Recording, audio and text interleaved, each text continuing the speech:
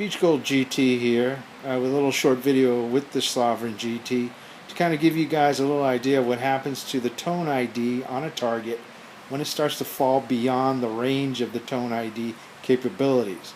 We're using this machine in a discrimination mode as you would be using in a park or some other location. So it's just to give you a basic idea of what happens to the signal or the tone when it breaks off at a certain depth. So follow along. This is just a small experiment just to kind of give you guys an idea of what happens when the target is falling beyond the tone ID.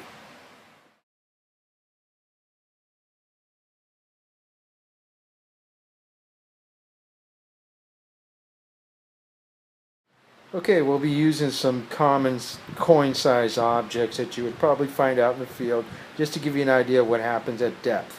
White gold ring, another band, some common clad coins, and a Lincoln.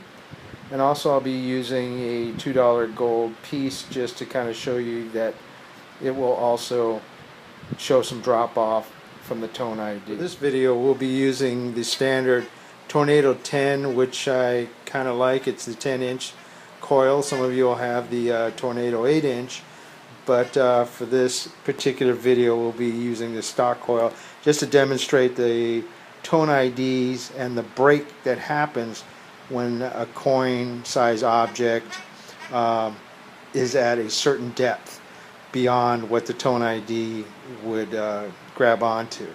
I can't tell you how many times I've actually detected behind people, let them kind of clear out the top 6 inches of an area because they're listening for their normal tone breaks and the type of tones that they're used to, signifying a good target. And then I come in right after them and I kind of cherry pick all the deeper, older stuff right after them. So good note to know about that.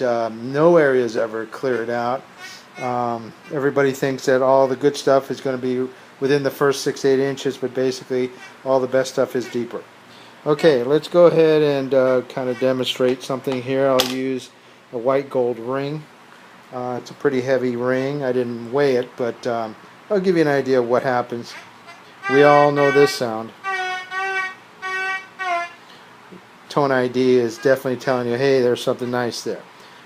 But as it goes a little back,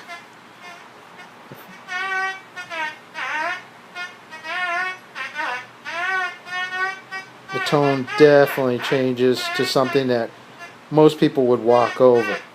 To me, anytime you get a break in the threshold or just something that just sounds repeatable, to me that's a dig all the time type target.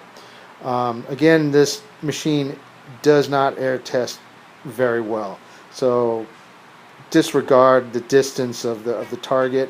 I'm picking up a little chatter from the inside. These machines to me are not designed for air testing. So again, we all love to know that's the sound we always like to hear. That's what most people like to dig, is just a recognizable good tone. But to me, when it goes beyond and ends up in a fringe area, that means it's a deep one. Let's go ahead and use something else like a quarter. Got a little more surface area. Or this is actually a nickel. We'll go with this. This has a little more surface area. Depending on, again, the tone ID also changes depending on how the coin is in the matrix or in the ground itself. So good sound there. We start to get that kind of fringe effect after about 6-8 inches. It's a break in the threshold, but it's repeatable. Again, depending on the surface area of your target, could be at an angle, it could be on edge. Just anything to me with the Sovereign GT, if it breaks the threshold, I'm going to dig it. Let's try something bigger. So I got a quarter length. Oh, there it is.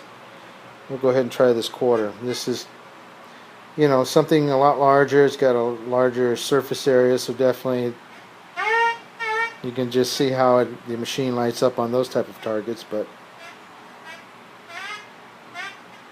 There it goes.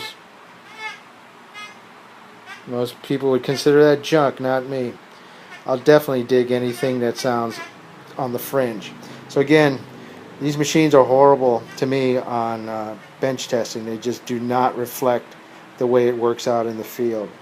Um, but to me, depending on the coil that you use, I have a 5-inch, I have this 10-inch, and I have the 15-inch, what they call the Wild Orange thing, which is the Coiltech 15-inch coil, which allows me to dig coin size targets 20 inches plus easily. I love that thing. So this is just a short video showing you that typical tone IDs that you like with the GT will stop after about 6 or 8 inches, and then the target becomes just a blip on the radar. So my suggestion, anytime you get a break in that tone or threshold like that, and it's repeatable, dig it. Thanks for watching. Like, share, follow. I'm going to have a lot more videos on the GT. This is just a quick short one. I just wanted to kind of show you a little bit of what I found as far as performance in the field using these type of targets, and hope it helps. Thanks.